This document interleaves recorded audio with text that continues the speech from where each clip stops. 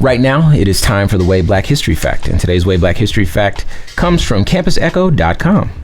80 years ago, in the depths of the Jim Crow era, basketball teams from what is now North Carolina Central University and Duke University broke barriers in the South's first racially integrated college basketball game.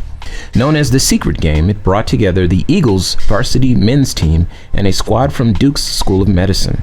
Students in the YMCA chapters at Duke and North Carolina College for Negroes, as NCCU was known at the time, had been holding clandestine prayer meetings. A conversation at one of those meetings started it all.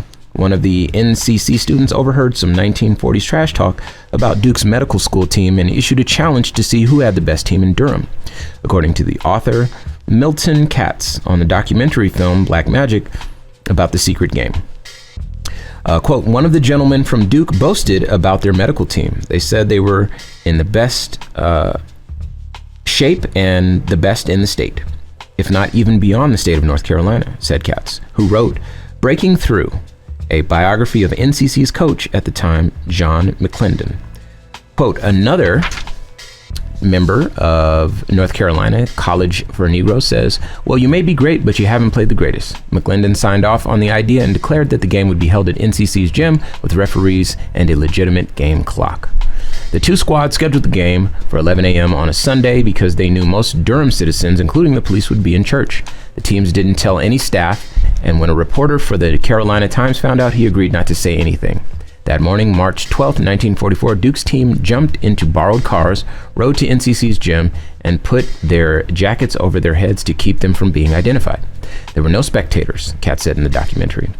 The first moments of the game were missed shots, turnovers. I think they just had to get the bugs out, and they obviously did. Duke began to get going midway through the game, but in the second half, the Eagles scored on nearly all of their possessions, pulling away to triumph 88-44. Quote, literally, they ran Duke's team out of the gym. Black's college sports encyclopedia author Fred Whitfield said in the documentary. The whole event was kept completely quiet because of a Jim Crow law prohibiting competitions between HBCUs and PWIs. Even the Durham Police Department never found out. This game helped pave the way for how modern basketball is played from high school to the NBA. Athletes from different backgrounds can compete against each other at the highest level without the fear of violence. Quote, history will never tell what they really did. It was just a ripple in the pond, Whitfield said in the film. But the fact is that the ripple came, and then pretty soon it became a tidal wave. All right, a couple of things I want to share here. This game came after Duke had won a national championship. So Duke was indeed, that team until they played the black team, and then they found out that they weren't all that. They barely got half as many points. Okay. This was back when there was no shot clock, and back when games were very low scoring. And so when we talk about how this game fundamentally changed how basketball is played, that's one of the things to know. Nowadays, there's sort of a razzle-dazzle style of play.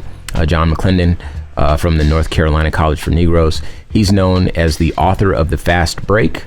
As I mentioned, games used to be very low scoring, but Duke ultimately borrowed the style of play from the North Carolina College for Negroes. And then, because they regularly used to score 100-point games, once even having a 150-point game, they ultimately, again, changed the course of basketball. So if you're a basketball fan, this game has ties to perhaps why you love the game in the first place.